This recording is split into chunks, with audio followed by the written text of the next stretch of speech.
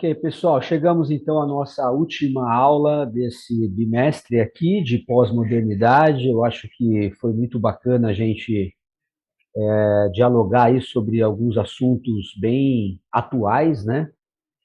Que a gente não tem todas as respostas, mas eu acho que só de abrir aí o horizonte para alguns debates já é positivo, né? E a gente tentou fazer um link desses temas pós-modernos com a mentalidade cristã, né? Para a gente ver o que realmente tinha aí de pontes e de conflitos, ok? Nós vamos para os últimos temas, então, que a gente escolheu. Poderiam ter mais, né? Mas 8 aulas a gente teve que fazer algumas escolhas aí. Eu vou compartilhar a tela aqui agora com vocês. A gente vai falar, então, sobre responsabilidade, tá? Focada aí na responsabilidade social e na responsabilidade ambiental. Ok? Deixa eu diminuir aqui. Muito bem, vocês estão vendo aí a tela, né, gente? Eu não estou enxergando vocês. Puderem dar um ok? Sim, Ok. estamos. Obrigado, Ana. Então vamos lá, rapidamente para os conceitos. Responsabilidade social individual, a gente inclui, na verdade, o envolvimento de cada pessoa em relação à comunidade onde vive, ok? Mostrando interesse para o que está acontecendo na sua comunidade ou na resolução de algum dos problemas locais. Em resumo, responsabilidade individual compreende-se pelas ações individuais que podem ser envolvidas no conceito solidário, capazes de promover benefícios para a sociedade e ou para o meio ambiente. Tá?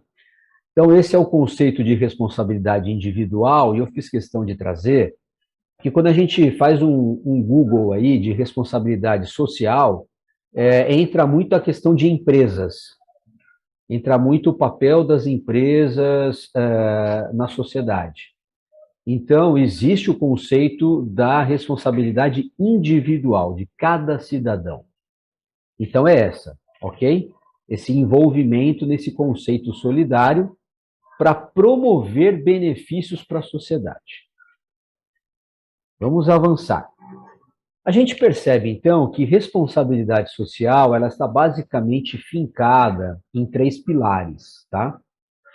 Primeiro, na saúde e no bem-estar das pessoas, que é o pilar da sociedade. Depois, no desenvolvimento econômico, que é o pilar dos recursos, que as pessoas precisam de recursos, né, para viver, para ter saúde e bem-estar. E o ambiente onde nós estamos, os recursos naturais que essa economia vai dispor para atender esta sociedade. Então, esses pilares eles são totalmente complementares e é uma equação difícil de ser feita, porque se nós focarmos muito na economia e no desenvolvimento, nós podemos esgotar os recursos naturais, ok? Se nós focarmos nos recursos naturais, nós podemos travar a economia. E aí a gente tem um dilema aí para estar sempre com equilíbrio, levando saúde e bem-estar para as pessoas. Muito bem. Então, o grande objetivo é nós sermos socialmente responsável e ambientalmente sustentável, tá? Daí a gente vai para mais um conceito que é desenvolvimento sustentável. É o desenvolvimento capaz de suprir as necessidades da geração atual sem comprometer a capacidade de atender às necessidades das gerações futuras.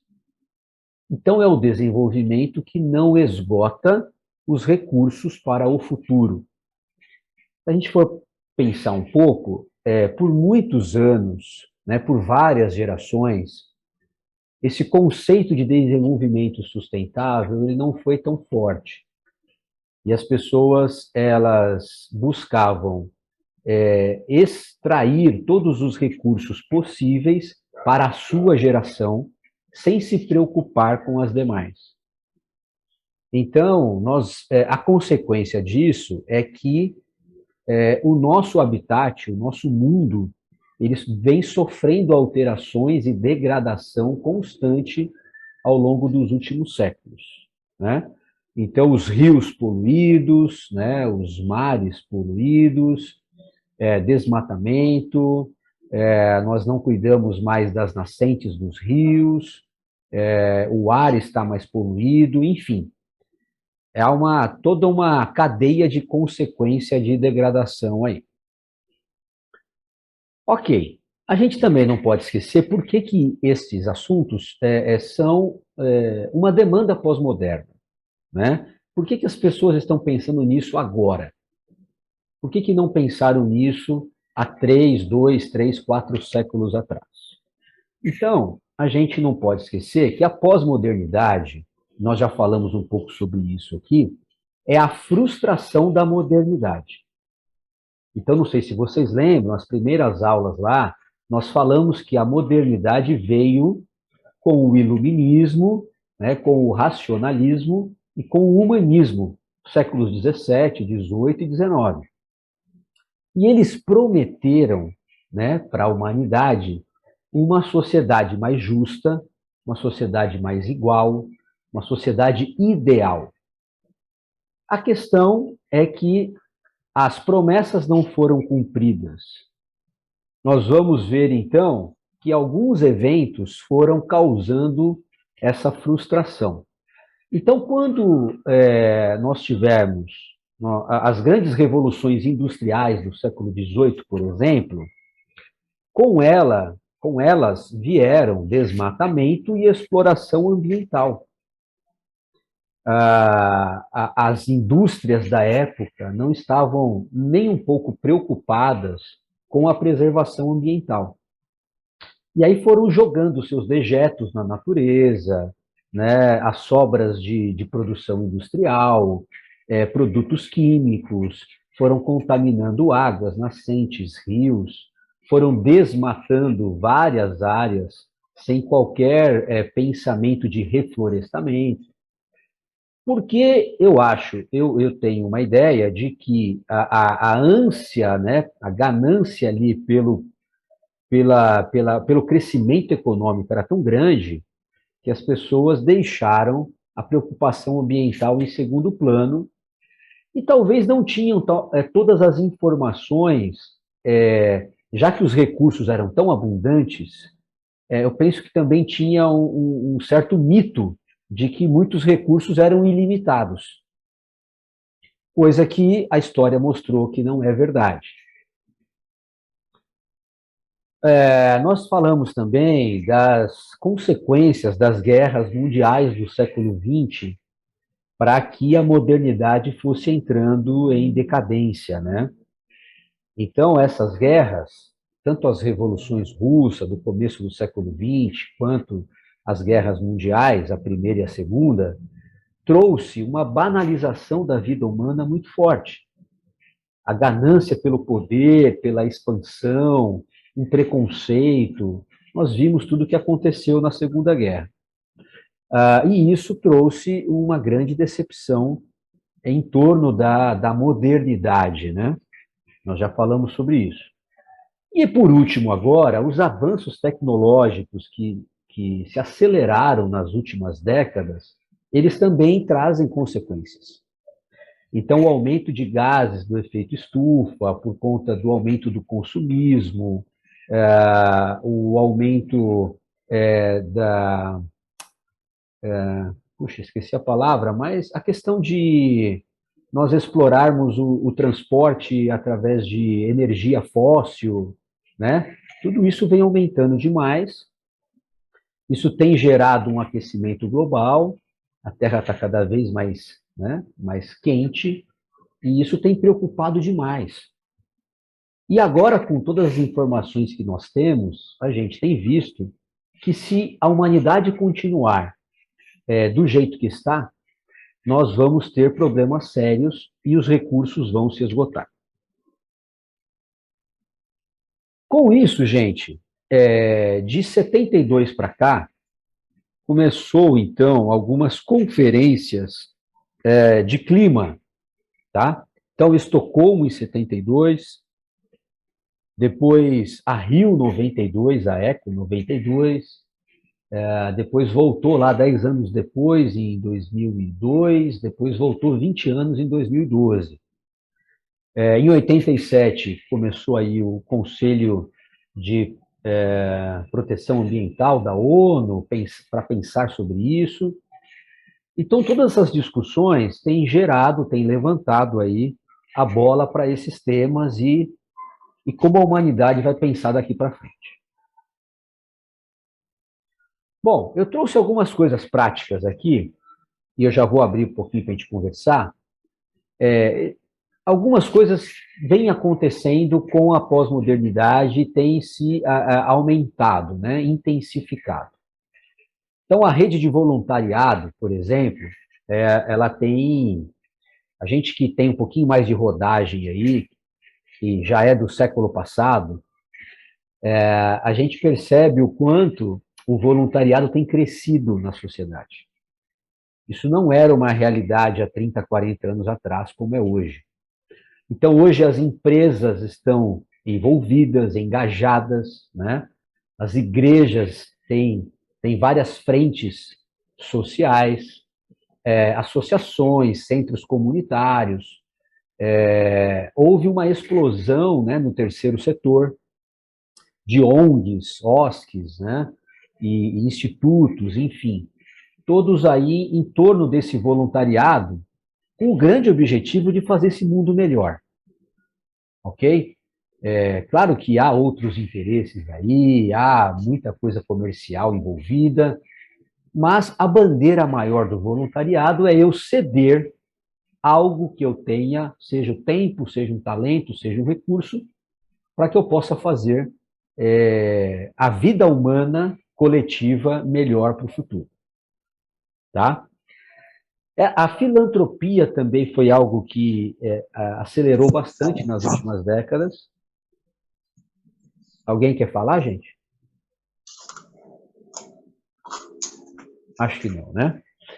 Então, várias leis de incentivos fiscais estão sendo aí trabalhadas. Isso é muito forte já nos Estados Unidos e vem crescendo aí em outros países. Políticas públicas voltadas para a justiça social. A gente tem visto isso também. Vários incentivos do governo para que os menos favorecidos sejam alcançados com alguma ajuda, né, social. Leis de preservação do meio ambiente estão cada vez mais fortes, mais firmes. Década de 70, por exemplo, gente, não existia praticamente lei nenhuma ambiental. As leis são todas posteriores àquela resolução da ONU da década de 80. Dali para frente que as pessoas começaram a pensar nisso.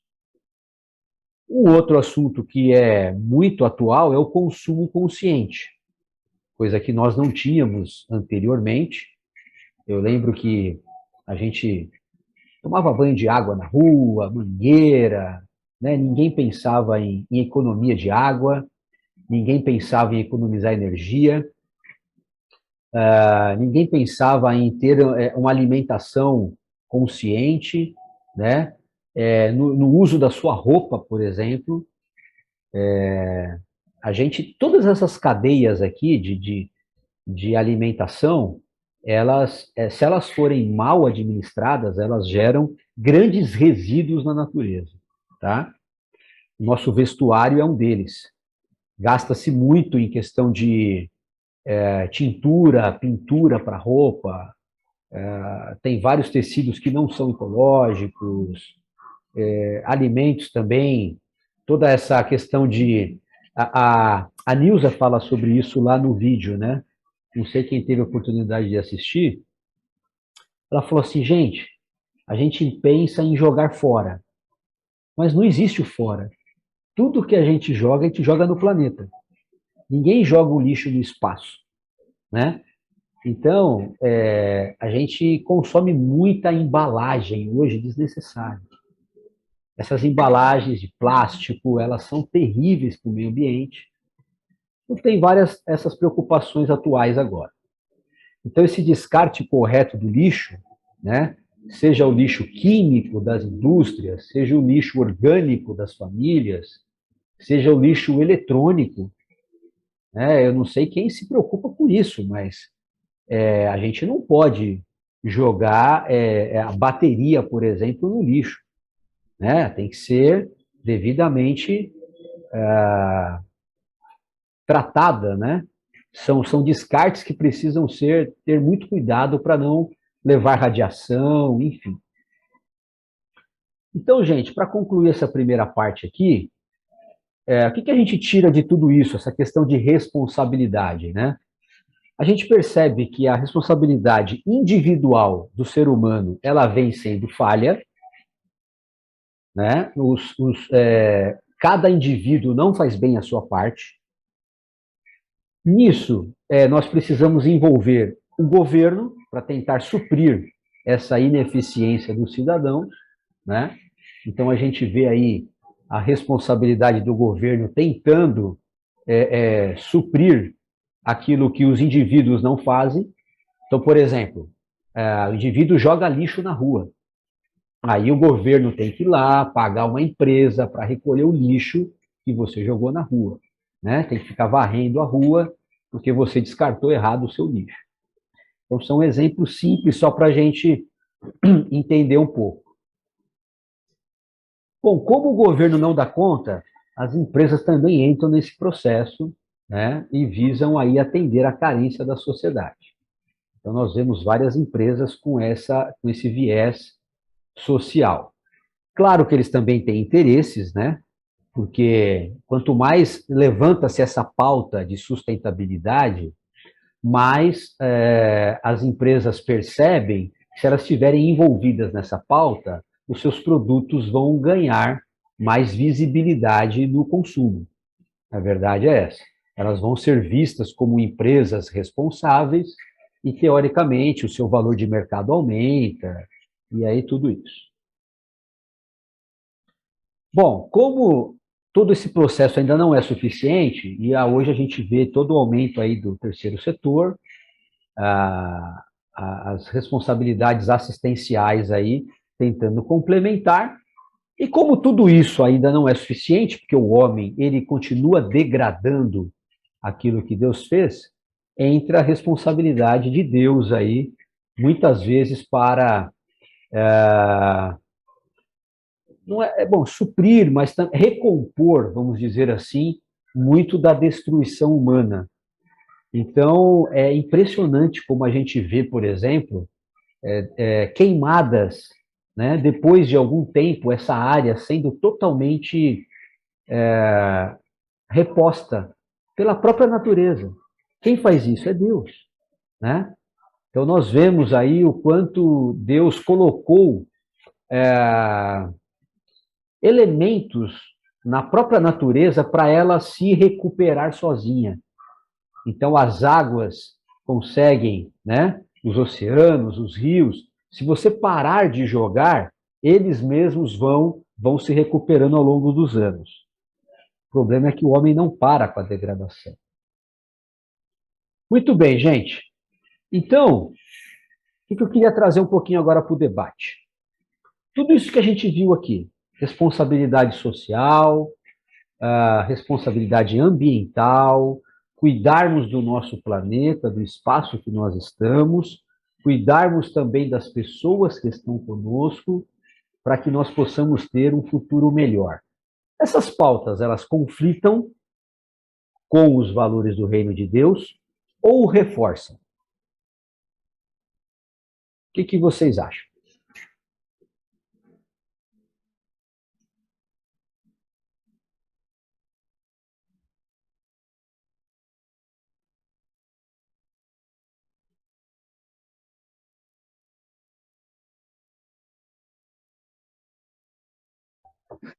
Eu acho que elas. A pergunta é se elas. Esqueci a pergunta em si, tipo, elas reforçam aquilo que Deus traz, né, para nós.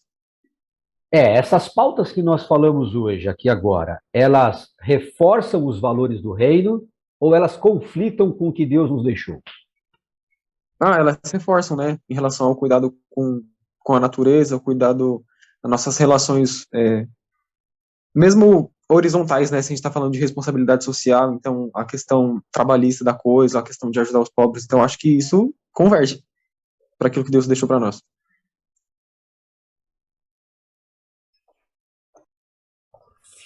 Ô, Roger, Oi. fica interessante uma provocação aí para a galera, né? Para todo mundo que está conectado com a gente, já que nós somos cristãos que creem que descerá um novo céu e uma nova terra, que vai ter um outro ambiente para a gente. Será que não é melhor a gente degradar tudo mesmo, aproveitar até o máximo, já que vai vir novo céu e nova terra mesmo, perfeito, a gente corpo glorificado, consciência totalmente diferente? Eu acho que pode ficar essa provocação, né? Porque talvez a pessoa deve dizer, poxa, mas eu estou estudando aí, a gente tem a mãe de uma bióloga aí com a gente, que é a Bel, que é a nossa melhor bióloga lá do nosso grupo, que é a Rayane. Então, é melhor porque é a única, né? Isso, exatamente. Ainda bem que você é um cara inteligente, mano. Então, assim, de repente pode ser que tem algum cristão que fala assim, mas eu jogo, mas porque esse mundo é caído mesmo, vai tudo acabar e Jesus vai trazer um novo céu e nova terra pra gente, e não precisa preservar tanto assim. Será que tem alguém que pensa assim, né, de repente? Esse pensamento se estende para o corpo, para o pecado, né? Qualquer tipo de atitude que a gente tenha, a gente tem que fazer para a glória de Deus. E tem gente que vive assim, achando que a gente pode viver de qualquer jeito, né? Eu acho que reforça os princípios da palavra de Deus. Nós, como mordomos, nós deveríamos ser os primeiros a cuidar daquilo que o Senhor criou, né? Eu acho que também tem, além desse princípio da mordomia, tem o princípio, talvez assim, não talvez um princípio, mas uma questão de você ser o sal e luz, né? Que é nadar contra a corrente, ser um farol, ser uma voz, ser uma ação contrária àquilo que é corrente, né? Então, mesmo que esse mundo vá ser destruído e vai ser modificado, a gente tem um propósito de mostrar aquilo que é a vontade de Deus, a gente está sendo ensinado de alguma maneira, estamos também vivendo e ensinando de outra maneira, de alguma forma também, contribuindo.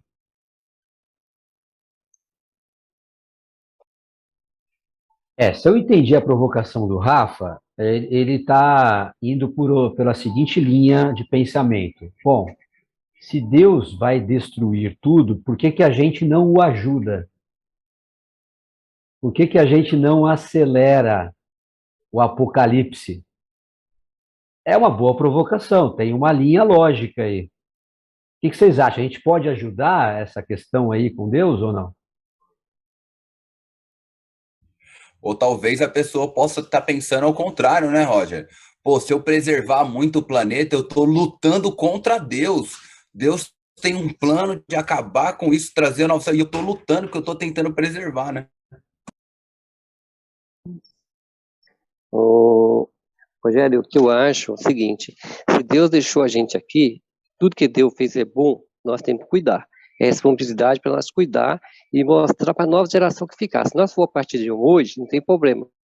Nós fizemos alguma coisa. E isso cabe a cada um de nós fazer o que Deus deixou de melhor, a cuidar do planeta e de nós também. Reforça, do meu ponto de vista.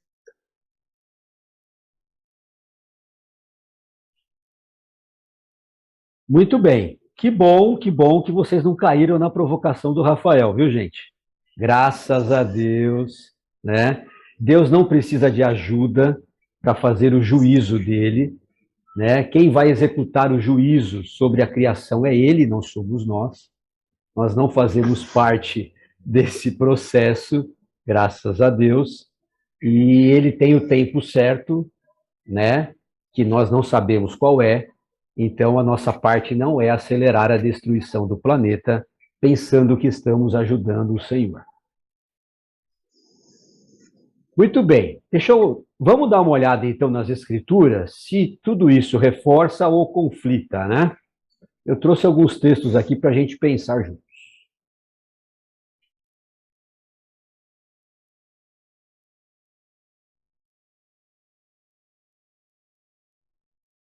Bom, esse aqui é o texto inicial de tudo, né? Então, quando Deus cria o homem e a mulher, ele ordena ao homem coma livremente de qualquer árvore do jardim, mas não coma da árvore do conhecimento do bem e do mal, porque no dia em que dela comer, certamente você morrerá.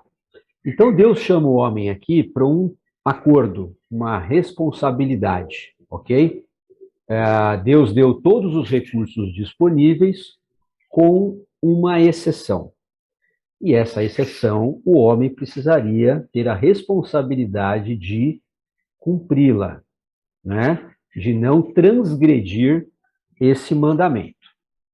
Bom, a gente sabe o que acontece, o homem cai exatamente nesta exceção, ele acaba ali consumindo desse fruto, e aí, com isso, nós vimos até, acho que a Nilza falou sobre isso também lá no vídeo. Isso é a quebra de alguns mandatos que Deus havia nos dado.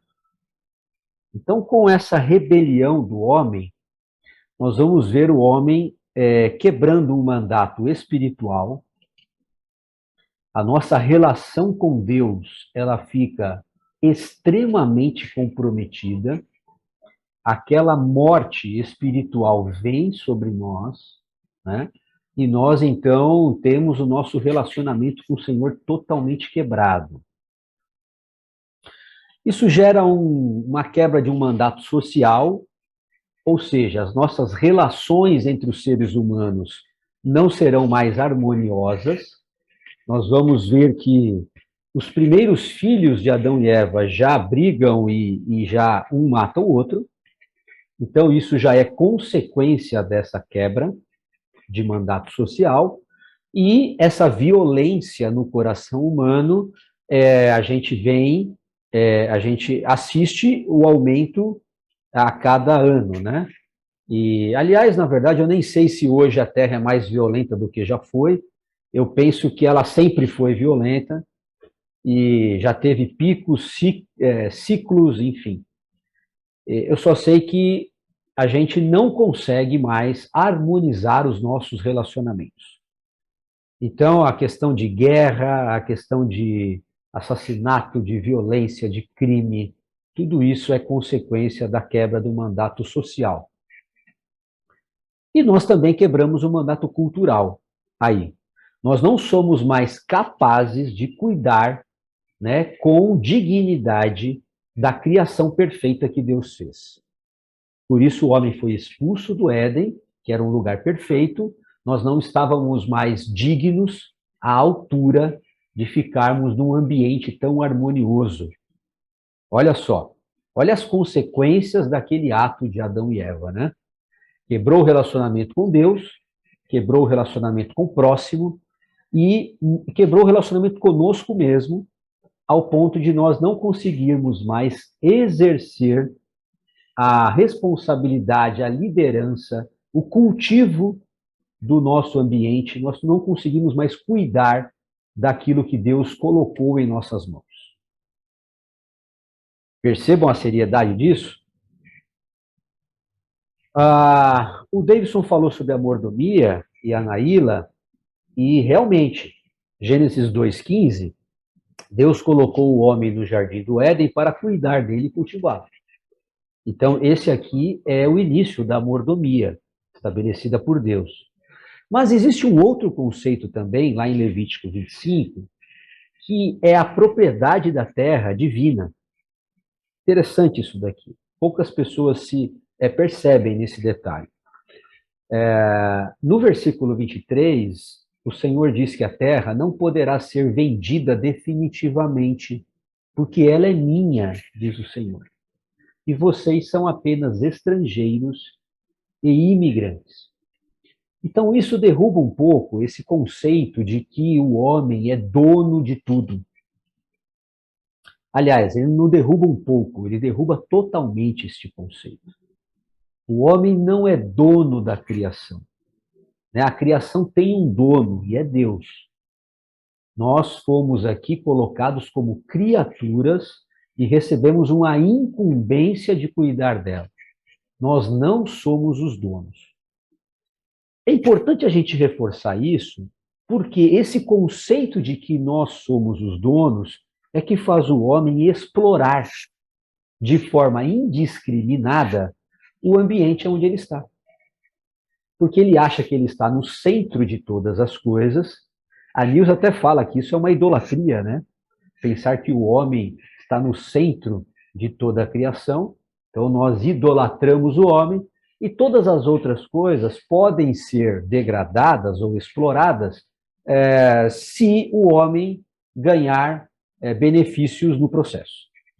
Essa é a mentalidade humana errada que vem até agora.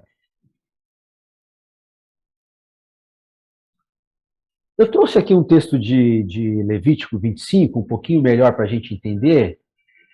Se vocês quiserem, eu até compartilho aqui, mas eu fiz um resumo de 5 pontos. Não sei se todos já ouviram falar sobre o jubileu. O ano do jubileu era um ano a cada 49, né? Então, o 50º ano foi estabelecido lá na lei mosaica, e ele tinha algumas premissas, né? Tinha alguma finalidade. Então, a finalidade básica ali era trazer mais equilíbrio e justiça social. Equilíbrio para a terra e justiça social. Então, percebam lá que existia, no 50º ano, todos os presos, todas as pessoas que eram escravas, que não tinham conseguido pagar suas dívidas, que estavam trabalhando para os seus senhores, deveriam ser libertadas. Olha que bacana isso. Então, a cada 50 anos, zerava a conta. Esses escravos, eles tinham as suas terras, que eles haviam perdido, né, para os ricos, devolvidas. Então, eles não só tinham a liberdade, mas tinham a terra de volta, para começarem a plantar de novo, e colher, e ter a sua vida. Nós vemos que as dívidas que eles tinham eram totalmente perdoadas. E eles não saíam sem nada. Eles eram ressarcidos. Os seus senhores que os liberavam precisavam dar a eles uma certa quantia para que eles começassem o seu negócio. Olha que interessante. Tudo isso na lei de Deus. E a exploração da terra precisava ser interrompida. Na verdade, a cada 6 anos, o 7º ano não era para explorar a terra. Então, a própria terra precisava de um ano de descanso a cada 6, né? O 7º ano, para que ela pudesse se recuperar, se restaurar da exploração do homem. Olha que interessante esses conceitos, gente. Vocês acham que esses conceitos foi só para aquela época? Ou Deus ainda tem esses conceitos muito fortes para nós hoje? O que vocês acham? Eu posso ajudar vocês. Ô, Rafa, Rô, tá uma musiquinha aqui no fundo, mas vocês estão conseguindo me ouvir aí de boa? Fala, Gabi. Então, beleza. O problema, Rô, tá em contextualizar isso daí, né? O Rafa vai até dar uma risada ali, porque eu sempre falo isso, né? Para as pessoas contextualizarem o texto bíblico, porque foi aplicado para uma outra época, um outro momento. Então, como seria isso hoje? A gente comprar uma terra e depois devolver depois de 6, 7 anos? Acho que não faz sentido para a gente hoje, né? E aí, quando você me faz essa pergunta, eu fico perdido, né? Poxa, como que seria hoje? Não seria. Então, acho que é isso. Tem que contextualizar isso aí. Deixa eu, enquanto você estava falando, Rogério, eu estava aqui pensando, né? Então, pensando junto com vocês, não planejei nada disso antes. Mas eu acho que tem algumas correlações com ciclos de fome, ciclo econômico, ciclo de estiagem.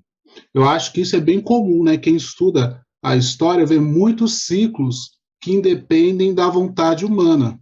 A gente está passando um ciclo agora bem importante. Querendo ou não, algumas coisas mudaram. E eu acho que a maioria não depende da vontade humana, mas da vontade soberana. Eu acho que isso deve fazer a gente pensar de alguma maneira.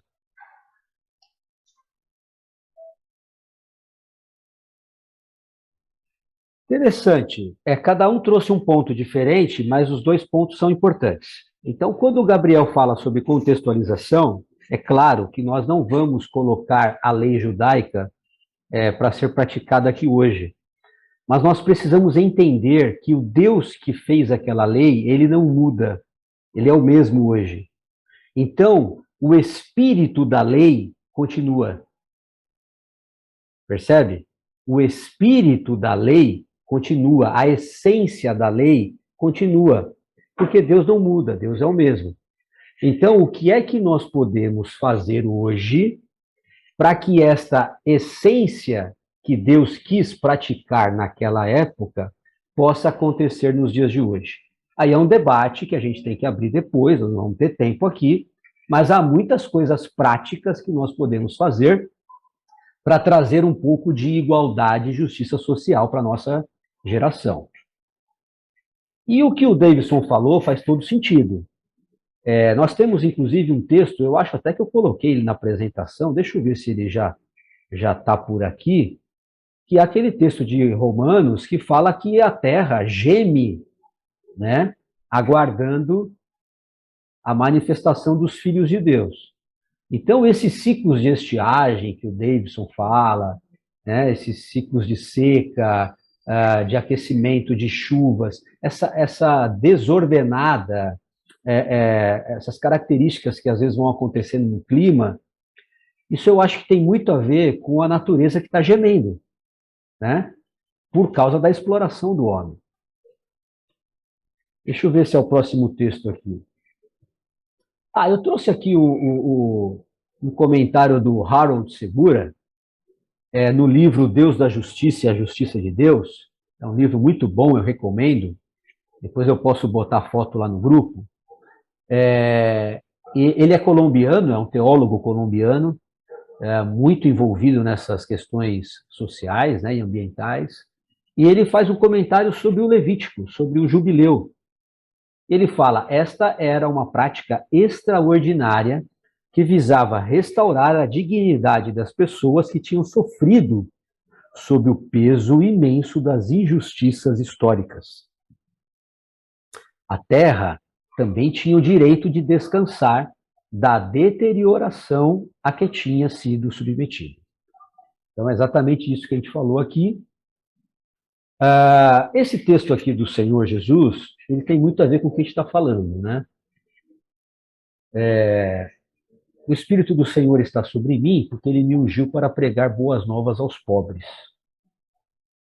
Ele me enviou para proclamar liberdade aos presos, recuperação da vista aos cegos, para libertar os oprimidos e proclamar o ano da graça do Senhor. Então, ele acaba de ler isso aqui e diz, olha, hoje se cumpre a escritura que vocês acabaram de ouvir. Então, quando a gente ouve um texto desse, a gente acaba espiritualizando muito, às vezes, né? Jesus não quis falar de pobres ali, né? Jesus quis falar das pessoas que estão no pecado, né? Jesus quis falar dos presos do pecado, Jesus quis falar dos cegos, enfim. Jesus não quis falar dos oprimidos sociais, Jesus quis falar dos oprimidos espirituais, papapá. Eu penso que esse texto ele pode ser visto das duas formas, ok? Tanto literal quanto espiritual. E por que eu falo isso? Porque tem um outro texto que reforça essa questão. que são as bem-aventuranças. Esse é outro texto que as pessoas olham só para as bem-aventuranças e interpretam que é tudo espiritual. Bem-aventurados vocês os pobres, pois a vocês pertence o reino de Deus. Bem-aventurados vocês que agora têm fome, os que choram, os que são odiados, expulsos, insultados, eliminados, tal. A gente olha para isso e fala assim, não, mas isso daqui é tudo questão de perseguição espiritual, do evangelho e tal. Mas a sequência do texto são os ais. Olha que interessante. Quando a gente olha o texto maior, o contexto, né, a gente percebe que Jesus está falando exatamente das questões sociais. Ele fala, mas ai de vocês os ricos. Então, bem-aventurados são os pobres, mas ai de vocês os ricos. Então, se isso daqui fosse uma questão de pobreza apenas espiritual, né, então, por que ele condenaria os ricos espirituais? Não faz sentido. Ai de vocês os ricos, pois já receberam sua consolação. É a fortuna aqui na terra. Ai de vocês que agora têm fartura, né? Porque passaram fome. Ai de vocês os que riem. Então, bem-aventurados os que choram e ai dos que riem. Bem-aventurados os que são odiados e expulsados e ai de vocês quando todos falarem bem de vocês, porque assim, né, os antepassados deles trataram os falsos profetas. Então, os profetas verdadeiros foram mortos e os falsos profetas foram elogiados. Então, percebam quando a gente encaixa esses textos numa sequência, a gente começa a perceber que havia, sim, uma grande preocupação de Jesus também pelas questões sociais, né? Por essa questão dessa quebra de mandato social do homem, de não mais conseguir se relacionar de forma justa, igualitária, né, com dignidade com o outro ser humano. É impressionante como isso faz relação. Eu trouxe aqui aquele texto que a gente até falou na aula passada, retrasada, sobre a igreja de Atos, porque, em certo sentido, eles colocaram isso um pouco na prática, né? Então, quando eles se dedicavam ao ensino dos apóstolos, eles se dedicavam à comunhão, então eles viviam juntos, eles partiam o pão, né? Eles distribuíam os seus recursos, eles não eram egoístas, individualistas, e eles também estavam juntos em orações. Isso também é importante, porque eu estou sentindo a dor do meu próximo, eu estou orando e intercedendo pelo outro. Todos estavam cheios de temor, muitas maravilhas e sinais eram feitos pelos apóstolos. Todos os que criam mantinham-se unidos. E a união, ela é fundamental para nós revelarmos Cristo para a humanidade. Eles tinham tudo em comum, ou seja, eles aboliram a palavra meu, é tudo nosso. Vendendo suas propriedades e bens, distribuíam a cada um conforme a sua necessidade. Então a gente percebe aí que a igreja primitiva, ela estava praticando aquilo que Jesus havia ensinado nas bem-aventuranças. Impressionante, né? Claro que eu até falei sobre a motivação de tudo isso, tal, mas a prática é essa.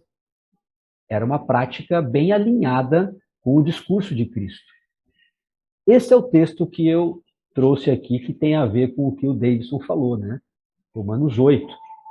A natureza criada aguarda com grande expectativa que os filhos de Deus sejam revelados, pois ela foi submetida à futilidade, não pela sua própria escolha, mas por causa da vontade daquele que a sujeitou. E quem foi que sujeitou a terra? O pecado.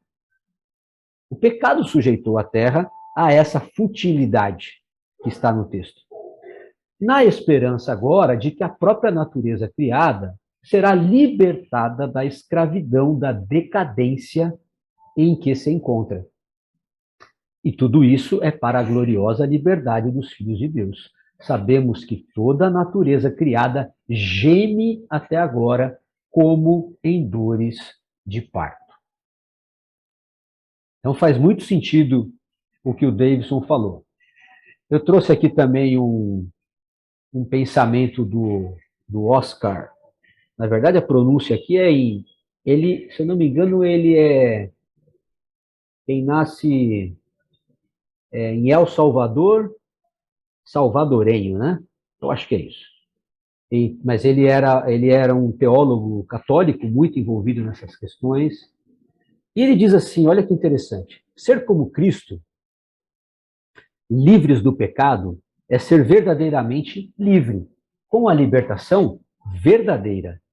E aquele que, com esta fé posta no ressuscitado, trabalha por um mundo mais justo, reclama contra as injustiças do sistema atual, contra as transgressões das autoridades abusivas, contra as desordens do homem que explora o homem. Este, sim, Oscar diz, é um cristão autêntico. Eu trouxe aqui uma foto aqui que até parece dos Testemunhos de Jeová, né? Mas esse texto de Apocalipse, ele tem a ver com o que a gente está falando aqui, né? Então, vi um novo céu e uma nova terra, pois o primeiro céu e a primeira terra tinham passado, o mar já não existia, vi a cidade santa, Nova Jerusalém, descia do céu, da parte de Deus, preparada como uma noiva adornada para o seu marido. Aquele que estava sentado no trono disse, estou fazendo novas todas as coisas, e acrescentou, escreva isso, essas palavras são verdadeiras e dignas de confiança. Então, o plano de Deus é restaurar esse mundo que está gemendo. Nós não sabemos como ele fará isso. Nós não temos todos os detalhes. Há muitas correntes escatológicas, se Deus destrói essa terra, se é uma outra terra, se é esta que é restaurada. Eu não vou entrar nesses detalhes aqui, porque isso é uma discussão sem fim, né?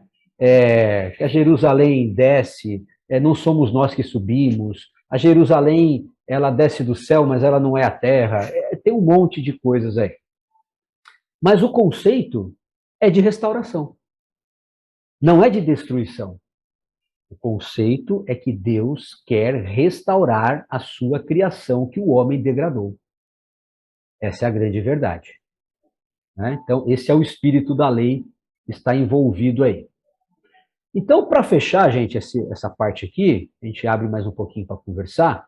Assim como nós falamos lá, quando a gente falou sobre ser politicamente correto, a resposta do cristianismo era ser integralmente correto.